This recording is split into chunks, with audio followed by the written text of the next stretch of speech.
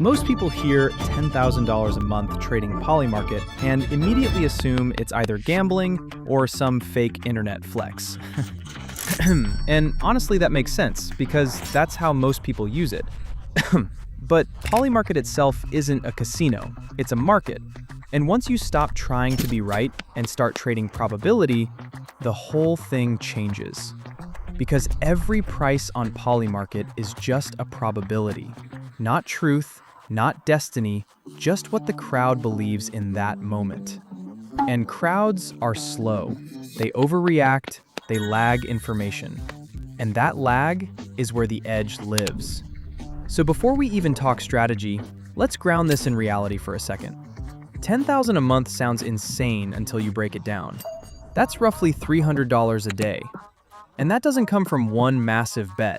It comes from small edges repeated consistently, which is exactly where most people fail, because they chase conviction instead of consistency. They pick one outcome, they go all in, they wait for resolution, and they call that trading, when it's really just hoping. But the people actually making money on PolyMarket are doing the opposite. They're trading mispriced probabilities over and over again, not outcomes, not narratives, just price movement.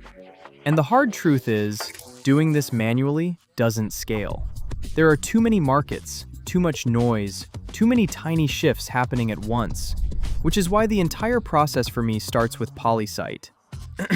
Not intuition, not Twitter, not vibes. PolySight scans PolyMarket continuously for high-volume markets only, because liquidity matters more than being early. If you can't enter and exit cleanly, the trade doesn't matter. Then it tracks probability movement in real time. Not headlines, not opinions, just how fast or slow the market is adjusting to new information. And when a market underreacts or overshoots because of emotion or lag, that's when it gets flagged. Then I filter by category: politics, crypto, geopolitics, tech, culture. Because these markets move on information speed. Sports is mostly efficient, and unless you have insider info, you're just guessing. And once a market is flagged, the question is never, will this happen? That's the wrong frame. The only question that matters is this priced correctly right now? Because you're not here to predict the future. You're here to trade inefficiency.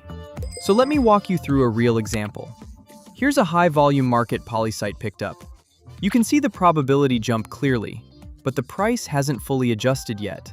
That gap is the trade, not the resolution. I'm entering while the market is wrong and exiting once it corrects. Sometimes that's minutes, sometimes it's hours, but the outcome doesn't matter. Only the normalization does. And this specific trade isn't special at all. What matters is that the process is repeatable. Because once you understand this, you realize you don't need to force trades. You don't need to be glued to the screen. You just wait for setups that meet your criteria, take them, exit when the edge disappears, and move on.